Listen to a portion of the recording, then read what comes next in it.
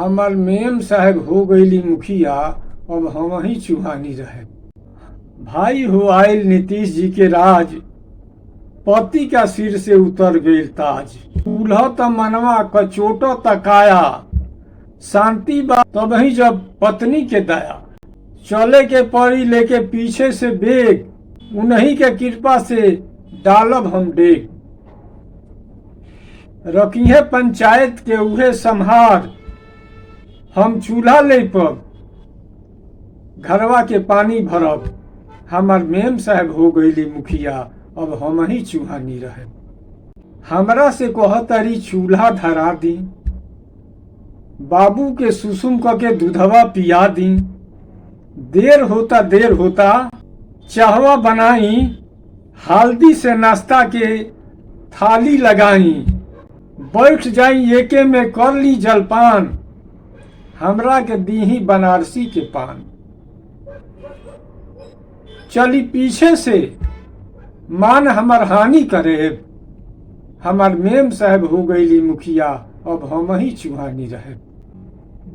Office में बात करस वीडियो से डट के, बोले ली हमरा से फरके से झट से। ना जाने कायम उनका मन में समाइल, पति व्रत धर्म उ सगरे उधियाइल। करवा चौथिया के बीत गईल पारी, ऐसे जनाता कि हमरा के मारी। पास के डिग्री फिर कर लेहनी लो, घट गईल पैसा बैठनी है हो। पैसा के अभाव में पढ़ाई बंद हो गई। मिलल न नौकरी भैनी बेकार, लालू जी से बीत गईल देवी सरकार। पूरा बिहार में हर ओर छिछियनी, तबो न नौकरी के मुख देख पैनी। मुंह खोलो ना कबले महामारी साहेब, हमार मेम साहब हो गईली मुखिया, अब हम ही चूहानी रहे। पंच पंचायत में उहे पूछा तारी, अंचल प्रखंडवा में हीरो गिना तारी। टूट गईल हमरो पीएचडी के डिग्री, जीवन के राख भइल कामना जे सगरी। आधा रिजर्व भइल उनहू के सीट, आधा रिजर्व भइल इनहू के सीट। हाई कोर्ट जाम बा चली ना रीट, नइखे कुछ बुझात अब का आगे करब। हमार मेम साहब हो गईली मुखिया, अब हम ही चूहानी रहब। बन गईल ऑफिस सब घरवा दुआर, सोचनी डाक बंगला में मिली ना आड़। अब हमारा स्थान ना करे के पड़ी कुछ अपन व्यवस्था, नइखे दिखाई देत कौनो अब रास्ता। बैठब यही जा हम ही दरवानी करब, हमार मेम साहब हो गईली मुखिया, अब हम ही चूहानी रहब। डीएम के ऑफिस में बैठस दबा के, बैठी हम गेटवे पर भूइया लजा के। बोलेले चपरासी की मत रउए जाही, यही जा बैठी ना लड़का खिलाई। अब ही से कर राखी ठंडा मिजाज, आधा अधिया दहली नहू के राज। डीएम का ऑफिस में बैठस दबा के, हम बैठी गेटवे पर भूइया लजा के। बोले चपरासी की मत रउआ जाई, यही जा बैठी ना लड़का खिलाई। अब ही से करी ना ठंडा मिजाज, आधा अधिया दहली हमनी के राज। बोलनी बिनती से हम ही किरानी रहे, हमार मेम साहब हो गईली मुखिया, अब हम ही चूहानी रहे। बाबू सुशासन जी भैनी लाचार, मछुआ मुड़ा गईल भैनी बेकार। नेता नौकरी प्रतिष्ठा हटवल, बड़ा ठेकाना से घेर घेटुवल। छीन रहली सगरी खजाना के चाभी, दिन रात बोलो तारी बात सब गाभी। बोला पैसा बिना कैसे किसानी करे, हमार मेम साहब हो गईली मुखिया, अब हम ही चूहानी रहे। बाहर बैठ के टुकुर टुकुर ताकी, कभी कभी खिड़की से कनखी से झांकी।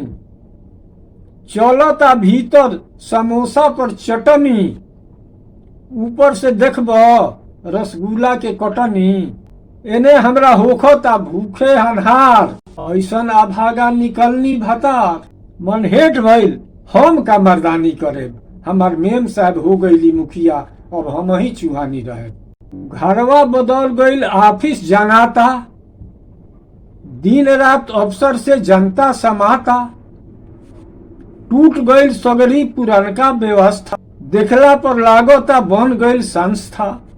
देवी जी कहतारी होता डिस्टर्ब, हमरा के चाही अब घरवा रिजर्व। कहनी मौज कर तू ही हवेली में, हम ही बथानी रहे।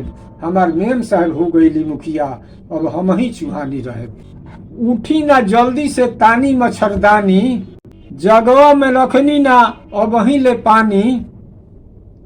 कहिया ले करब ई सगरी जोगार, मुखिया के मरद बानी केतना गंवार। हटी होने सूते दी बाबू चिल्लाता, तेल डाली देखी ना लैंपो बुझाता।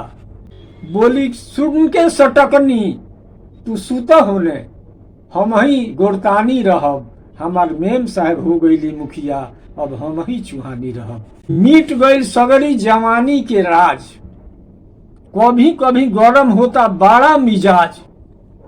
ठंडा दिमाग राख छोड़ गुमान, जीवन बेकार मानो भइल पिसान।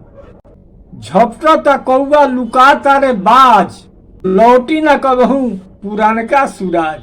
ठीक से सोच लेनी हम ही गरीबानी करब। हमार मोएम साहब हो गईली मुखिया, अब हम ही चुहानी रहे। जाई जनरेटर के हंडिल हिलाई, टंकी बा खाली डीजलवा गिराई। बैठी खटिवा पर करी निगरानी, घटे मशीनवा में कबही न पानी। काटता मच्छर झनके कपार, सोचतानी नेता बन के रहती कुमार। घर त्याग देहनी अब ना नादानी करे, हमार मेम साहब हो गईली मुखिया, अब हम ही चुहानी रहब। आखिरी रला कविता के, समय विपरीत भइल, पति के प्रतिष्ठा पर पत्नी के जीत भइल। गैनी बधाई देवे बड़ा अहित भइल, यही प्रतिक्रिया में हृदय के गीत भइल। मुखिया चाहे नेता बन के रहे के बा, तब कुमार चाहे अर्ध कुमार बन के रह, तबे प्रतिष्ठा बाची। अन्यथा तार जीनो हलवा से बन जाई कांची। आगे निर्वाचन बा, आरक्षण रही, एकर मार सही। आ देखी ना हमरा बधाई पर कितना निमन विदाई बा। शीर्षक एकर बा चेतावनी।